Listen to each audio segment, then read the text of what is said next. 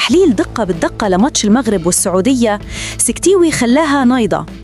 النتيجة النهائية: المنتخب المحلي ديالنا للمنتخبات اللي دايرة بناقص.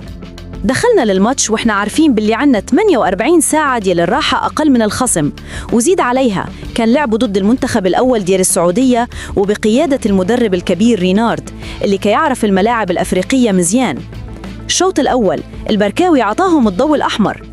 من دقيقة الأولى بان الوجه ديال أسود السكتيوي. ما دخلناش باش نضيعوا الوقت أو نخافوا، دخلنا باش نسجلوا ونربحوا. الهدف جاء في الوقت المناسب بالضبط، الدقيقة 11. خطأ دفاعي كارثي ديال السعوديين، تمريرة غلطة، وهذا الشيء ما كيتسامحش معاه اللاعب الخضراوي ديالنا. الكرة مشت عن كريم البركاوي اللي ما فكرش 2 مرات، هز راسه وشاط.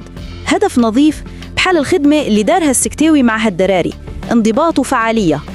هذا الهدف المبكر دار 2 حوايج: قتل الماتش على السعوديين نفسياً، خلاهم يحسوا بالضغط، أعطى الفرصة للمغرب باش يطبق الخطة الذكية دياله، سجل وخليك منظم. سيطرنا في الشوط الأول تكتيكياً أكثر من السعوديين، وخا الكورة بقت عندهم شوية، ولكن الخطر الحقيقي كان من عندنا حنا بالمرتدات. الشوط الثاني السكتيوي يدخل التاريخ. هنا فين بان المدرب طارق السكتيوي الحقيقي. كل شيء كان كيتسنى السعودية تدخل مع بداية الشوط الثاني بالجهد ديالها باش تعادل، ولكن الدفاع المغربي كان سد منيع. اللاعبين ديالنا كانوا كيلعبوا بروح قتالية ما كتلقاهاش حتى في كأس العالم، كل واحد كيدافع على بلاصة صاحبه وكل واحد كيجري على 2. نقطة الانهيار السعودية، الضربة القاضية اللي ضيعوها.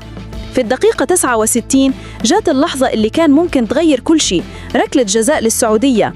في هذه اللحظة كل مغربي شط قلبه، لكن الله سبحانه وتعالى كان معانا، واللاعب السعودي عبد الله الحمدان شاطها طالعة فوق البرة. هذا اللقطة مشي غير ضيعت التعادل، هذه كسرت المعنويات ديال السعوديين. صافي من بعد هذيك اللقطة عرفوا باللي الماتش ديالنا.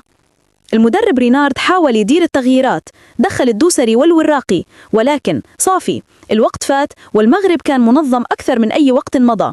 كل محاولاتهم كانت تضرب في الحائط ديال الحارس ديالنا والدفاع الأسطوري. الخلاصة: المغرب يكسر التوقعات.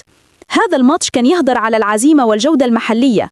لعبنا ضد المنتخب الأول السعودي وربحناه بتشكيلة كلها من البطولة الوطنية. هاد شي بيبين باللي عندنا مخزون كبير من المواهب، والسكتيوي عارف كيفاش يخدم معاهم. فوز مستحق بجدارة واستحقاق، أكد لينا باللي المغرب هو متصدر المجموعة ديال الموت، والرسالة وصلت. حنا جينا لكأس العرب باش نهزوا الكأس. داب المغرب تأهل متصدر المجموعة ب7 نقاط، والسعودية جات الثانية ب6 نقاط، ولكن الفرحة الكبيرة هي هذا الأداء البطولي اللي خلى الجماهير كلها فخرانة بالمنتخب المحلي ديالنا.